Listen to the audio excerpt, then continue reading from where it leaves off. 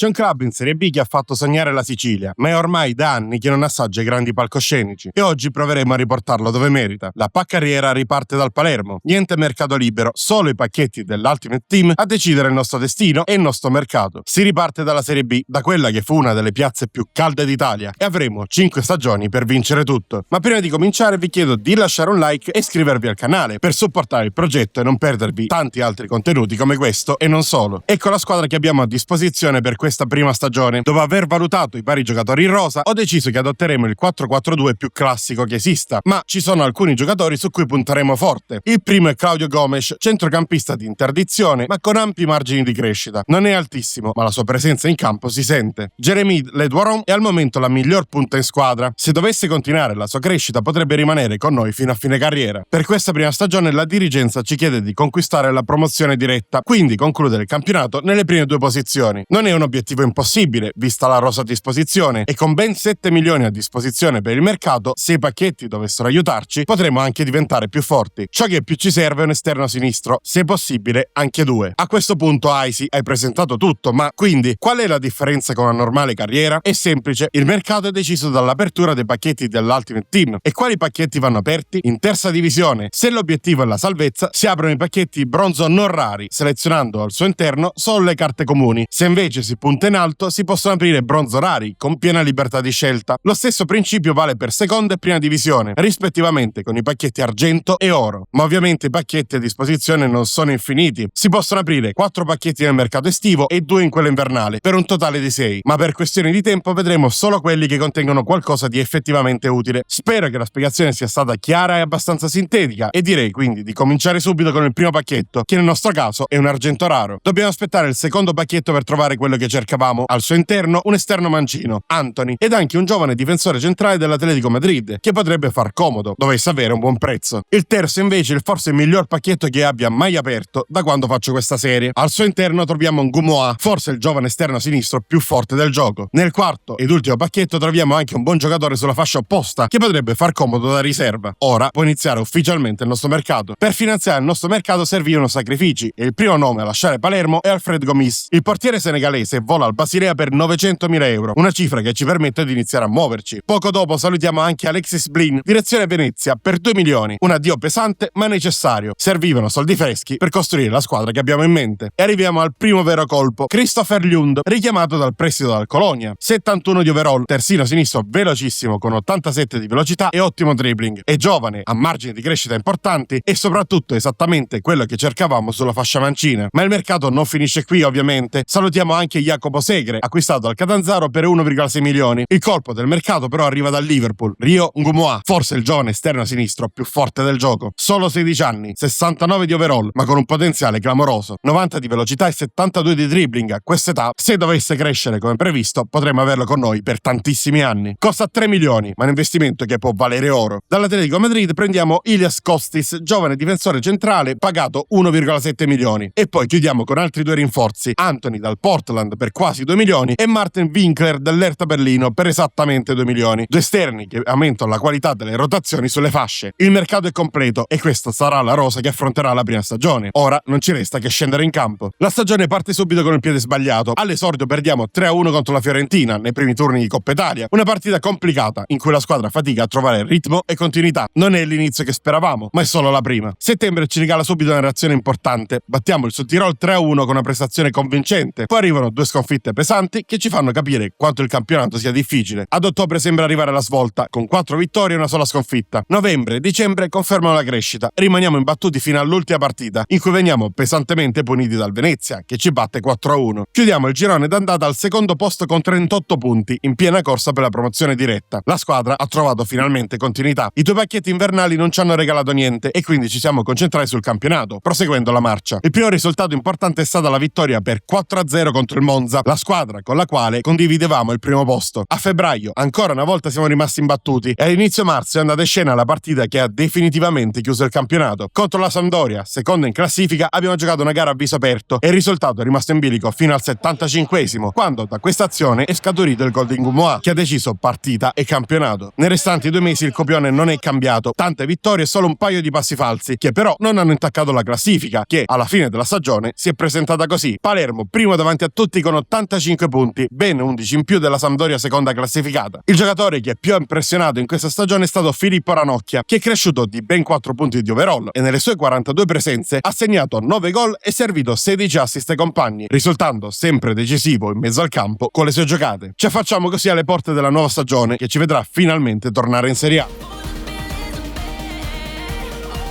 E la dirigenza si dimostra da subito molto ambiziosa. Il loro obiettivo per questa stagione è la metà classifica, ma noi, sapendo di non poterci giocare la metà alta della classifica, apriremo i pacchetti oro non rari. Per questo mercato avremo a disposizione 19 milioni, che potranno aumentare grazie al torneo amichevole e ad eventuali cessioni. Al momento il nostro obiettivo sono 2 difensori centrali, ma bisognerà vedere cosa ci offriranno i pacchetti. Questa volta è il primo pacchetto ad aiutarci. Tra gli oro non rari c'è un difensore centrale inglese che sembra avere un buon overall, ed anche il secondo pacchetto ci regala dei difensori centrali, ma l'unico che possiamo prendere in considerazione è Sarr, poiché gli altri hanno una carta rara. Chiudiamo con l'ultimo pacchetto che al suo interno contiene UEA, l'esterno destro un alto ruolo in cui non siamo coperti e che potrebbe tornarci utile. Per finanziare il mercato servivano sacrifici importanti e allora salutiamo Jess Joronen e Nicolao, per i quali incassiamo una buona cifra. Ma la cessione più remunerativa è quella di Antonio Palumbo. Il trequartista italiano vola in Francia, al Montpellier, per oltre 4 milioni e mezzo di euro. Proseguiamo con altre uscite necessarie: Mattia Bania, l'Ipswich, Federico Di Francesco all'Hoffenheim e Francesco Bardi al Mainz, o ancora Ceccaroni e Peda, cessioni che ci danno finalmente il margine per intervenire sul mercato. Il primo colpo del mercato è anche stavolta un rientro dal prestito. Desplanche torna dopo 12 mesi al Pescara e sarà il nostro nuovo titolare tra i pali. Il colpo grosso arriva però dal Chelsea. Mamadou Sarr, pagato 14 milioni e mezzo, 77 di overall, appena 20 anni, fisico imponente con 194 cm, è giovane e ha margini enormi di miglioramento, ma soprattutto esattamente il profilo che cercavamo per guidare la nostra difesa. Per aiutarlo nella crescita, dal West Ham arriva Maximilian Kilman per 13 milioni, 78 di overall, tanta esperienza in Premier League e leadership, e lui il pilastro della retroguardia. Per completare la rosa, dalla Juventus arriva Timothy Weah in prestito con diritto di riscatto a 13 milioni e mezzo, esterno destro velocissimo che ci dà qualità sulla fascia. Il prezzo del riscatto però è decisamente molto alto e non sono sicuro che quel diritto verrà poi esercitato a fine anno. Ma per ora, con il mercato ormai completo, possiamo affrontare la Serie A alla ricerca di una salvezza tranquilla. Questa è la squadra che scenderà in campo, con i nuovi che hanno preso il loro posto e con molti che già c'erano, che sono cresciuti e migliorati. Le prime partite della stagione stupiscono molti degli addetti ai lavori e a settembre riusciamo addirittura a battere la Juventus e a strappare un punto al Milan. Il mese successivo invece fa emergere le prime difficoltà e in 5 partite riusciamo a ragimolare appena 4 punti. Serve tenere duro almeno fino a gennaio, ma nel frattempo riusciamo a mantenerci a galla con qualche buona prestazione. Al giro di boa siamo decimi in classifica con 27 punti in 17 partite. Purtroppo però non abbiamo budget per rinforzare la squadra e tutto ciò che possiamo fare è andare avanti con la rosa a disposizione. I mesi invernali sono a 2 facce. A gennaio battiamo Lazio e Roma, ma a febbraio riusciamo a guadagnare un solo punto in 4 partite e da lì in poi i miracoli finiscono. Riusciamo a fare bene contro le squadre alla nostra portata, ma contro quelle più attrezzate andiamo giustamente in difficoltà. Ma alla fine la classifica non peggiora tantissimo, nonostante un girone di ritorno con decisamente meno punti guadagnati. Infatti chiudiamo 12esimi in Serie A, lontani sia dalla lotta a retrocessione che dalle zone europee. A vincere il campionato è l'Inter con 3 punti di vantaggio sull'Atalanta, seguita poi da tutti i top team italiani. Nonostante il salto di categoria, Pociampalo ha mantenuto alto il livello, trascinando la squadra con ben 22 reti stagionali, 19 soltanto in Serie A, dove è stato tra i migliori marcatori. Ora dobbiamo migliorare la rosa e se le circostanze ce lo permetteranno, dovremo puntare a vincere qualcosa.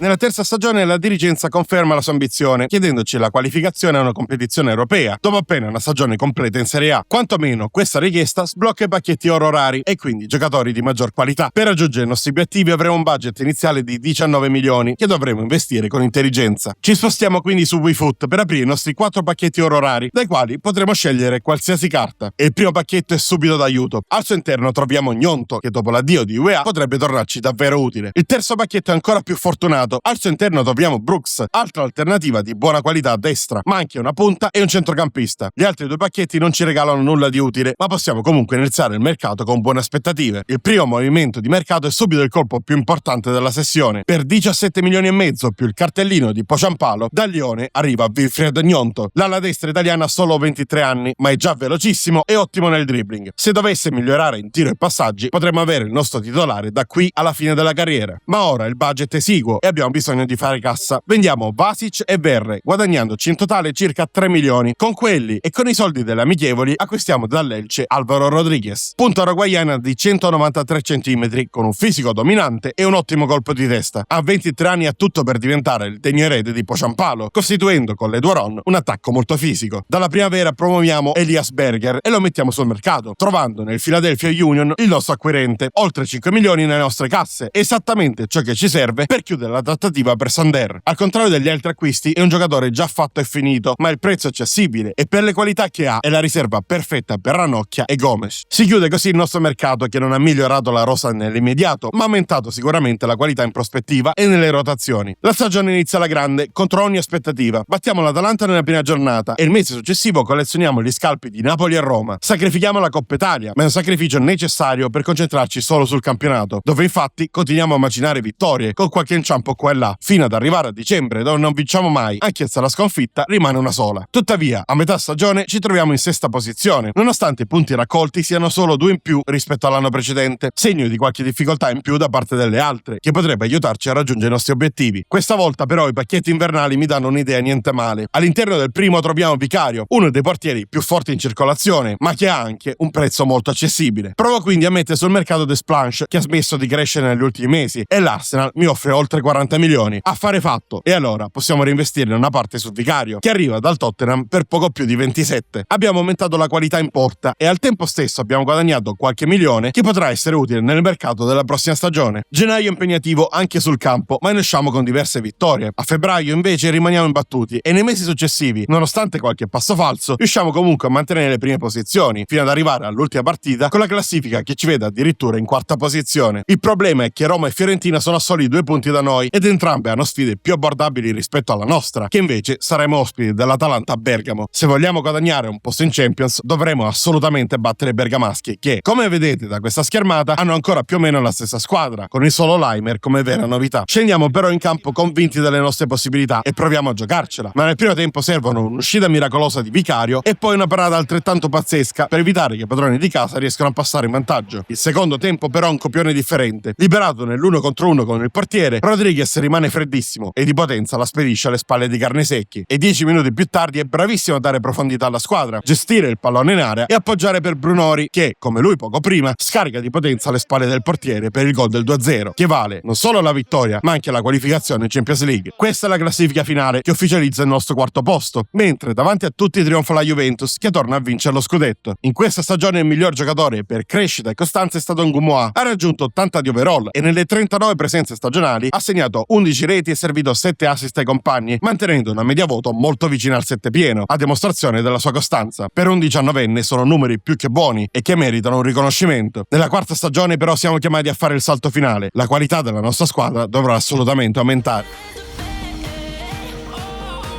Anche perché la dirigenza alza ancora una volta il tiro e chiede addirittura una qualificazione in Champions, ovvero un piazzamento nelle prime 4 posizioni. Per fortuna stavolta aprono il portafogli e ci mettono a disposizione 65 milioni di euro per il mercato. Non resta che sperare che anche i pacchetti ci siano di aiuto, visto che vorrei aumentare la qualità in difesa e ci servirebbe anche una punta, ora che Brunori ha ormai una certa età. I pacchetti ci danno esattamente ciò che cercavamo. Dal primo pacchetto esce fuori un ottimo difensore centrale, che sarebbe ideale per le rotazioni. Nel secondo pacchetto invece troviamo 2 terzini destri, entrambi più forti dei nostri, ma a decidere quale dei due sarà oggetto di mercato saranno i rispettivi prezzi. Infine, nel quarto pacchetto arriva anche la punta centrale che ci serviva, con Gift Orban, che rappresenta un obiettivo primario del nostro mercato. Prima di muoverci in entrata facciamo un'operazione in uscita. Costis non ha raggiunto i livelli che una squadra come la nostra pretende, arrivati ormai a questo punto, e quindi vola all'Ipswich, che lo paga poco più di 2 milioni. Noi ne aggiungiamo 20 e dalle Leverkusen preleviamo Guela 2, terzino destro più difensivo che di spinta, ma di alto livello. Inoltre può anche giocare da esterno o da difensore centrale in emergenza. Esattamente il profilo che ci serviva, e per un ragazzo di appena 25 anni lo paghiamo anche relativamente poco. Salutiamo anche Magnani, che vola in Arabia Saudita, liberando spazio salariale, e con 23 milioni ci assicuriamo le prestazioni di Salisu, 191 cm di forza e strapotere fisico, ma anche tanta qualità in difesa. Considerata la sua altezza e i suoi muscoli, non è nemmeno lentissimo e di fatto mantiene inalterata la qualità quando avremo bisogno di far turnover. Dopo le amichevoli guadagniamo altri 4 milioni grazie grazie al torneo precampionato e possiamo chiudere l'ultima trattativa. Gift Orban arriva dal Norwich per quasi 22 milioni, l'ultimo tassello che serviva per rendere questa squadra tra le contendenti allo scudetto, perché come potete vedere da questa schermata al momento il livello dell'11 iniziale non ha nulla da invidiare a molte delle top italiane e anche nelle seconde linee stiamo iniziando ad avere buoni sostituti. Tutto dipenderà da come gestiremo il doppio impegno. L'inizio stagione conferma le mie sensazioni, 2 vittorie tra cui uno 0-2 a San Siro contro l'Inter e anche nei mesi successivi il livello del nostro gioco non cala, continuiamo a immaginare vittorie e negli scontri diretti non falliamo quasi mai e anche quando inizia la Champions ci difendiamo alla grande, proseguendo a gran ritmo sia in campionato che nelle coppe nazionali e non. A gennaio siamo in quinta posizione, ma la classifica è cortissima e la prima piazza è a soli 2 punti da noi. Inoltre credo che Udinese e Lazio non manterranno a lungo questo ritmo e alla lunga faremo la differenza. A gennaio nel mercato invernale siamo protagonisti di una sola operazione, è l'ultima occasione di monetizzare l'addio di Brumori e quindi lo mettiamo sul mercato e il ragazzo sceglie Monza che ce lo paga circa 2 milioni. Sul campo invece siamo praticamente inarrestabili, battiamo Juventus, Inter, Leverkusen in Champions e Fiorentina in Coppa Italia ed anche a febbraio non perdiamo mai. A marzo si giocano gli ottavi di Champions e contro il Bilbao superiamo il turno grazie alla vittoria in trasferta al San Mamés. L'unica sconfitta pesante arriva in trasferta a Old Trafford contro il Manchester United nei quarti di finale di Champions durante il mese di aprile. Dobbiamo salutare la competizione, ma il cammino è stato più che positivo, soprattutto considerando che è stato il primo anno in cui abbiamo giocato la competizione più importante d'Europa. A maggio ci attendono 3 partite decisive, la finale di Coppa Italia e le ultime 2 di campionato contro Napoli e Monza. E la classifica è bellissima, con 2 partite da giocare siamo primi con 6 punti di vantaggio sull'Atalanta, che occupa al momento la seconda posizione, il che significa che basterà un solo punto nelle ultime 2 partite per laurearci campioni d'Italia. Ma prima c'è in ballo un trofeo, la Coppa Italia, davanti a noi i nerazzurri dell'Inter. Hanno rinnovato le fasce con Diaye e Greenwood sugli esterni, mentre Retegui, Bonni e Lautaro formano un tiro d'attacco molto pericoloso. L'occasione però è troppo ghiotta e in stagione li abbiamo battuti già 2 volte, quindi non ci facciamo spaventare. Ranocchia penetra centralmente grazie ad un rimpallo, apre il destro e batte il portiere dopo appena 5 minuti. Non passa molto che abbiamo l'occasione per il raddoppio quando l'Eduaron pesca Orban in profondità. Il nigeriano incrocia con il destro e fa 2-0. Gestiamo bene il match, ma Di Marco con un cross da lontanissimo pesca perfettamente Lautaro tutto solo al centro. Colpo di testa e Inter che riapre il match. Il gol subito ci manda in blackout. Perdiamo palla, consentendo a Lautaro di involarsi da solo davanti alla porta e fare 2-2 dopo appena 2 minuti dal primo gol. A questo punto ci scuodiamo, Orban riceve da Ranocchia e con la punta del piede riesce a toccarla quanto basta per riportarci davanti. È un match senza esclusione di colpi e che nel secondo tempo dovremo gestire con attenzione. Per fortuna Ranocchia è davvero ispirato. Dopo 2 minuti dall'inizio della seconda frazione riesce a liberare Gnonto davanti al portiere. Per l'ala è un gioco da ragazzi battere l'estremo difensore e fare 4-2. A quel punto ci mettiamo a girare palla e tenere il pallone al sicuro lontano dalla nostra porta e ci riusciamo praticamente fino ai secondi finali, quando una piccola distrazione consente a Lautaro di segnare la sua tripletta. Per fortuna però non c'è abbastanza tempo e l'arbitro fischia la fine. Siamo ufficialmente campioni della Coppa Italia, dopo anni in cui a malapena abbiamo superato i primi turni. E non è tutto, perché trascinati dalla vittoria della Coppa riusciamo anche a battere il Napoli. Al Maradona, la doppietta di Rodriguez mette fine alle speranze dell'Atalanta, rendendo l'ultima partita una formalità. E allora il Palermo è campione d'Italia, con 84 punti e 7 di vantaggio sulla seconda classificata. È un'annata storica, la migliore di sempre per i rosanero, che si laureano campioni dopo una stagione in cui non partivano da favoriti. A rendere questo possibile è stato soprattutto Orban, autore di 24 gol e 20 assist in quasi 50 presenze, un attaccante a tutto tondo capace di fare tutto per la squadra, rendendosi sempre utile. Adesso abbiamo un'ultima stagione a disposizione. Dopo i quarti di finale raggiunti in questa stagione, questo Palermo sarà capace di raggiungere la finale della Champions League?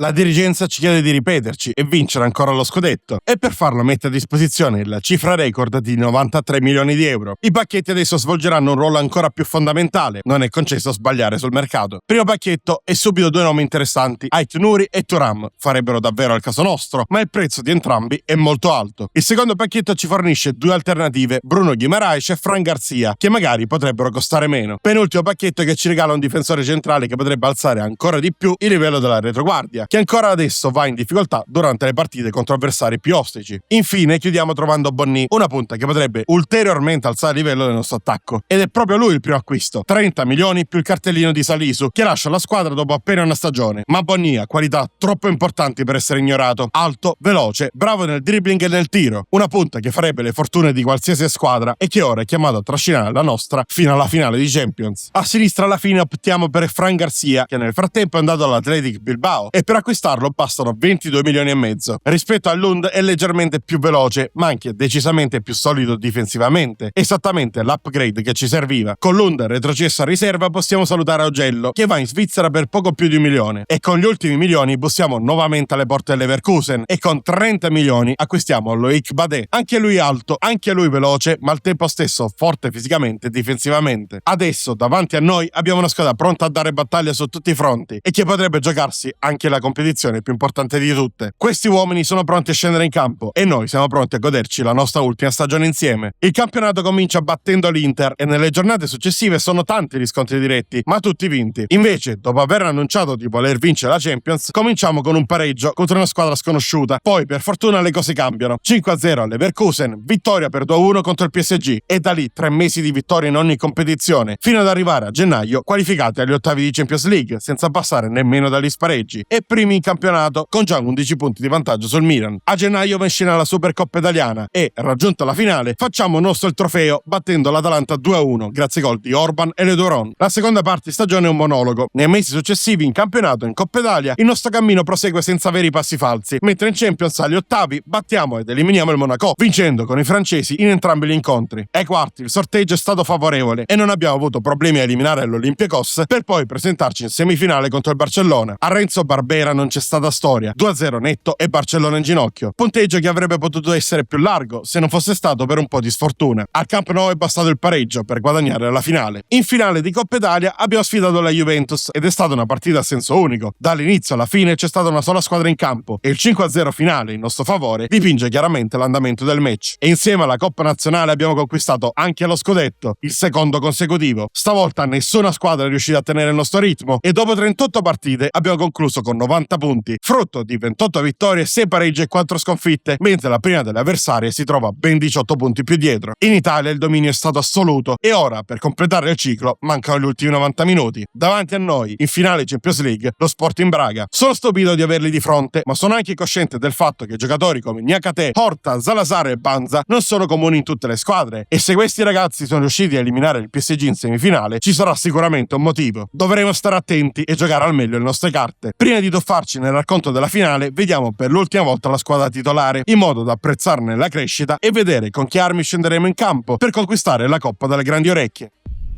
È la partita che fa battere il cuore dei milioni di appassionati, è la finale della Champions League. 90 minuti di grande calcio qui in diretta su EA Sports.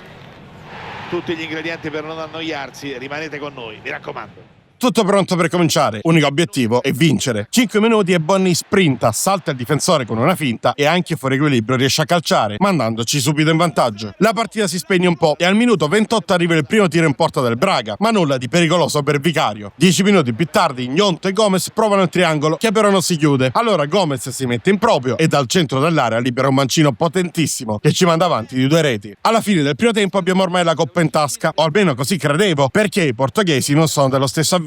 Banza prova la conclusione da fuori e colpisce la traversa. Salazar lotta di testa e Badé prova a salvare il pallone, ma senza successo, finendo per commettere autogol. Prova a compattare la squadra ed effettivamente funziona, ma anche stavolta, verso la fine della partita, ci distraiamo un attimo, quel tanto che basta per permettere a Garbi di penetrare in area e battere Vicario con un potente interno sinistro. Alla fine siamo costretti a giocare supplementari, ma la nostra panchina è pronta a darci supporto. Entra Ledoron e il cambio si rivela decisivo. Arriva un cross al centro dell'area, il francese si coordina e in qualche maniera colpisce al volo da 2 passi, impedendo la reazione al portiere avversario, che viene battuto per la terza volta in questa serata. Ma la nostra difesa oggi non vuole funzionare e concede un'altra imbucata centrale. Stavolta è Horta che arriva sul pallone e con un rasoterra preciso batte Vicario in uscita. Al minuto 108 Ledoron è quello con più energie e si vede, dribbla un difensore ed entra in area e per evitare il rientro dell'altro difensore ci prova con la punta e così arriva il gol che fa esplodere i tifosi rosanero presenti allo stadio. Questo gol taglia le gambe portoghesi che non riescono più a reagire. Dopo il secondo supplementare l'arbitro fischia la fine e il Palermo si laurea campione d'Europa. È stato un cammino fantastico, abbiamo battuto buonissime squadre, anche se di top europee ne abbiamo affrontate pochissime, ma rimane comunque un trofeo stupendo che rende omaggio a una carriera davvero entusiasmante che si chiude nel migliore dei modi. Vi lascio un attimo ai festeggiamenti e ci risentiamo tra pochissimo per le ultime statistiche. Ma la verità è una, quella del campo, e il duro lavoro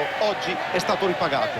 Sono sul tetto d'Europa, Lele. Il miglior giocatore di questa stagione, chiusa con un triplete, è stato Álvaro Rodríguez. Postato sul centrodestra nel ruolo di torre che era di Leduaron, ha giocato una stagione pazzesca. 46 gol e 17 assist con una media che sfiora l'8,5. Assolutamente un giocatore devastante. Ma è giusto rendere onore anche a chi questa squadra non l'ha mai lasciata, ma è cresciuto insieme a essa. Parlo di Leduaron, in doppia cifra per gol anche in questa stagione, in cui ha giocato meno, ma che ha segnato 2 gol di importanza capitale proprio nella finale di Champions. Parlo anche di Gomez e Ranocchia, baluardi del nostro centrocampo, che in queste stagioni hanno fornito una marea di assist e di gol e hanno sempre dato equilibrio alla squadra, facendo avanti e indietro per il campo per rendersi utili in difesa e in attacco. Sono migliorati così tanto da non costringermi mai a intervenire sul mercato e possono festeggiare insieme a tutti i loro compagni un triplete storico. È stata una cavalcata incredibile e durante queste 5 stagioni posso dire di essere stato molto fortunato nell'apertura dei pacchetti, che per la prima volta mi hanno consentito di creare una squadra in grado di vincere tutto in pochissimo tempo. Una squadra,